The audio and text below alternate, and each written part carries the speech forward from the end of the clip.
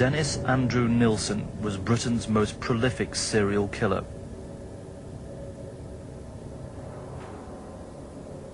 He was jailed in 1983 after human remains were found blocking the drains of his London home.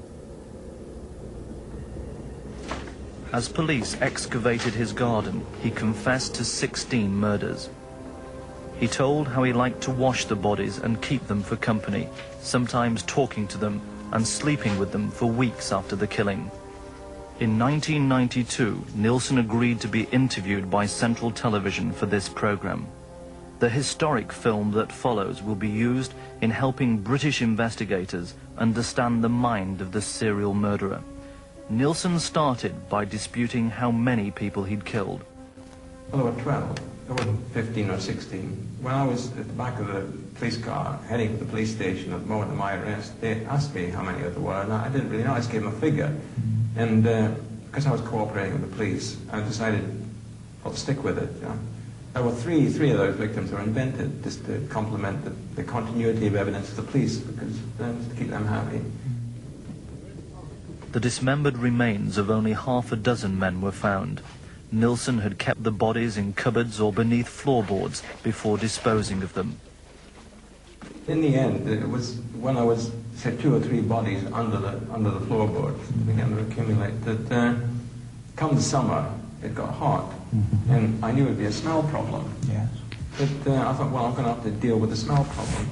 And I thought, what would cause the smell more than anything else? And I came to the conclusion it was the innards, the soft parts of the body, the organs and stuff like that. So on a weekend, I would sort of pull out the floorboards, and I found it totally unpleasant, and I'd get blinding drunk, so I could face it, and start the dissection on the kitchen floor. And I'd go out and be sick outside in the gardens. What sort of preparation would you have to make for that? You mean preparation? Well, I mean, if you were simply to bring these young men's bodies into your kitchen and start to dismember them, that's going to leave an awful mess. That doesn't leave a mess. Why does it leave a mess? Well, it could, couldn't it?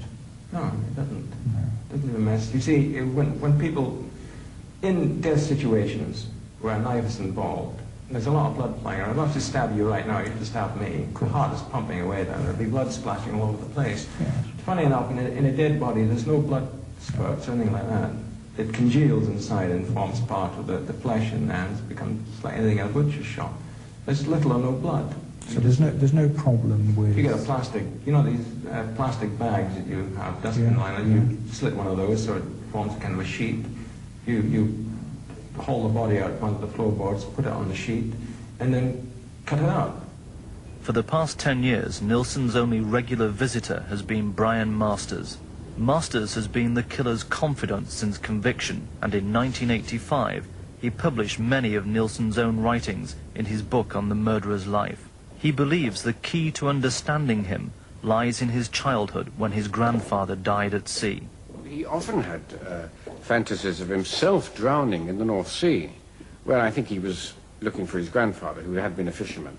And then later on, again, before he ever murdered anyone, he would make himself up to look like a corpse and lie on the bed with the mirror propped beside him so he could see the image of death in the mirror.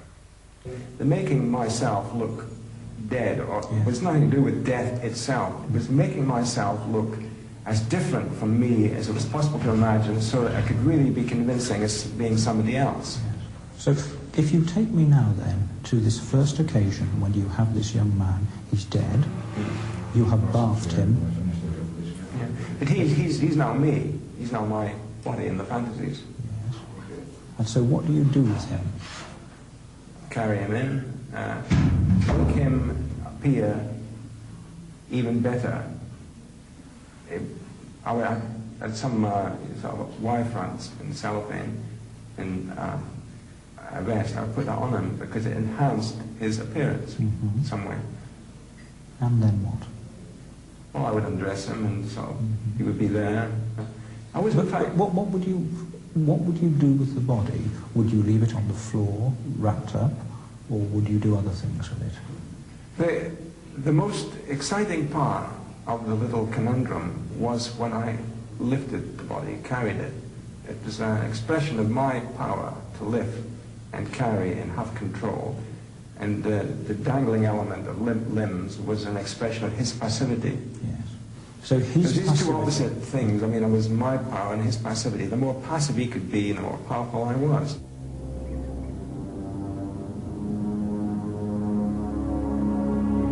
The bodies are all gone. Everything's gone. There is nothing left. But I still feel in a spiritual communion with these people.